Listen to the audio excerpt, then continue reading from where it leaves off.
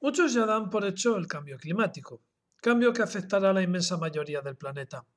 Pero ¿lo hará de forma igual? ¿Se notará con la misma intensidad en todos los países? Nos tememos que no. Habrá zonas donde se note menos y otras donde se note mucho más. De esos países, uno de los más afectados será España. Si el cambio climático no se detiene, nada volverá a ser igual en la península ibérica.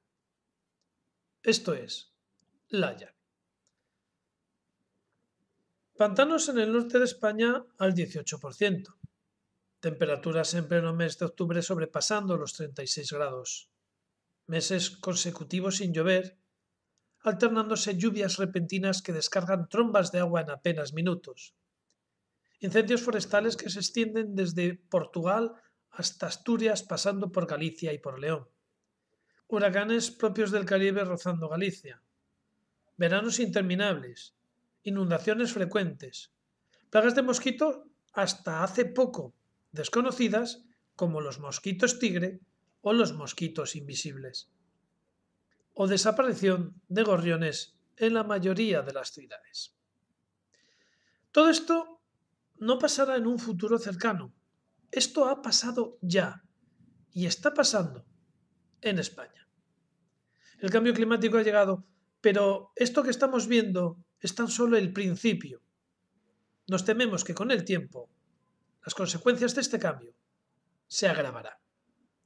Pero, ¿de qué manera afectará nuestras vidas este cambio climático que estamos empezando a ver?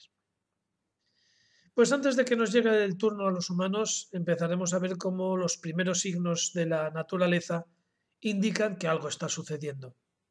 Especies autóctonas que han estado siglos con nosotros están empezando a desaparecer.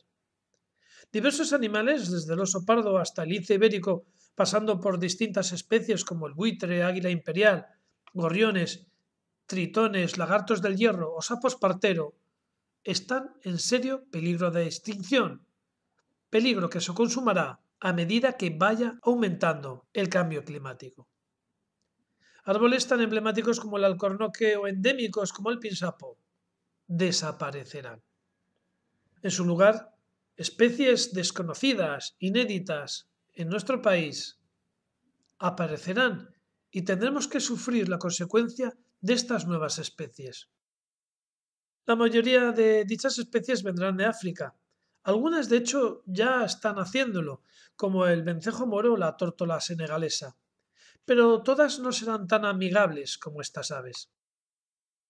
Si siguen subiendo las temperaturas, mosquitos transmisores del dengue o de la malaria, confinados a zonas subsaharianas, con el aumento de temperatura, podrán no solo llegar a nuestro suelo, sino establecerse de forma permanente aquí.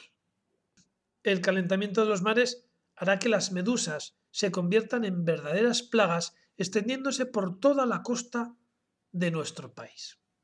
Algo que ya empezamos a ver de forma habitual. Las praderas de Posidonias no aguantarán la subida térmica del agua. Parte de nuestra forma de vida, de nuestra flora, de nuestra fauna, se verá afectada. Los perjuicios económicos también serán de consideración. La ausencia de precipitaciones y la desaparición paulatina de las estaciones acabarán con muchos sectores agrícolas, algunos tan emblemáticos como el vitivinícola. Algo que ya empezamos a ver. Las cosechas y las vendimias en particular se hacen cada vez más pronto. Año tras año se adelanta la vendimia.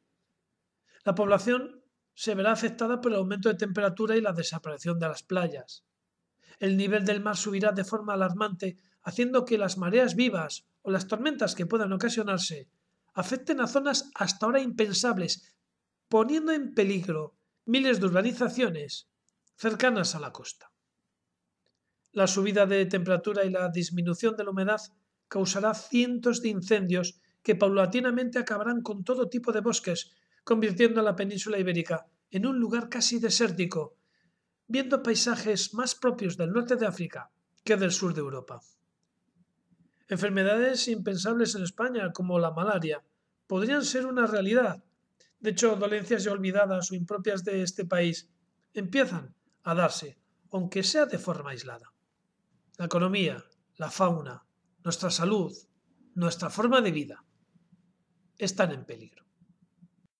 Expertos en la materia advierten especialmente a los países meridionales y particularmente al nuestro que tienen que hacer cambios en las legislaciones y acciones que ayuden a revertir el cambio climático o al menos a mitigar los posibles y previsibles efectos de dicho cambio. ¿Y qué hace el gobierno español?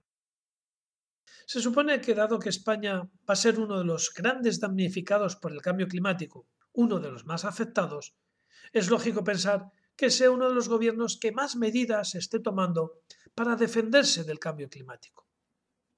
Pero, ¿es esto así? La respuesta es tan desoladora como indignante. No, esto es lo más grave.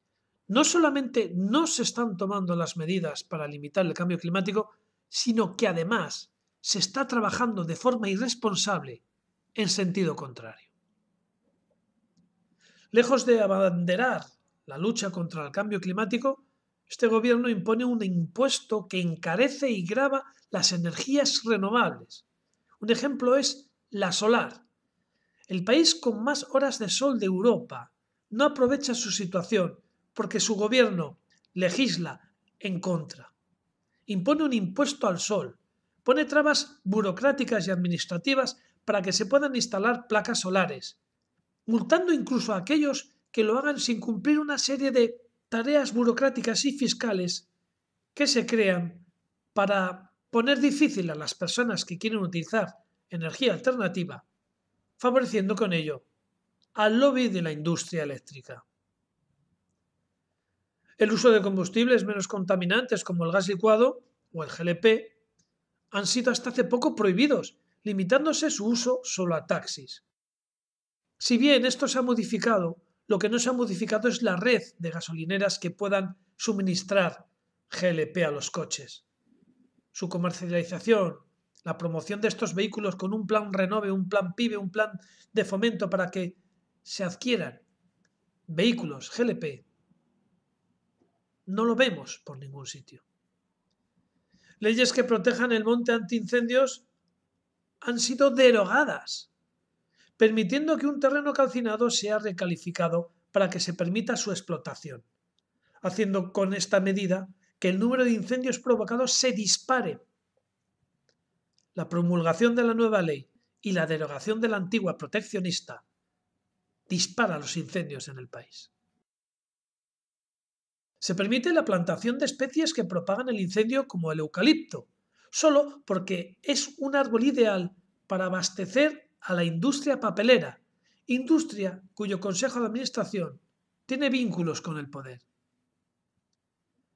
Se apuesta y se promueve y se presume de turismo de masa, turismo que agota los recursos hídricos, haciendo que poblaciones con asentamientos de 20.000 personas vean cómo en verano multipliquen por 5 su población, esquilmando todos sus recursos hídricos.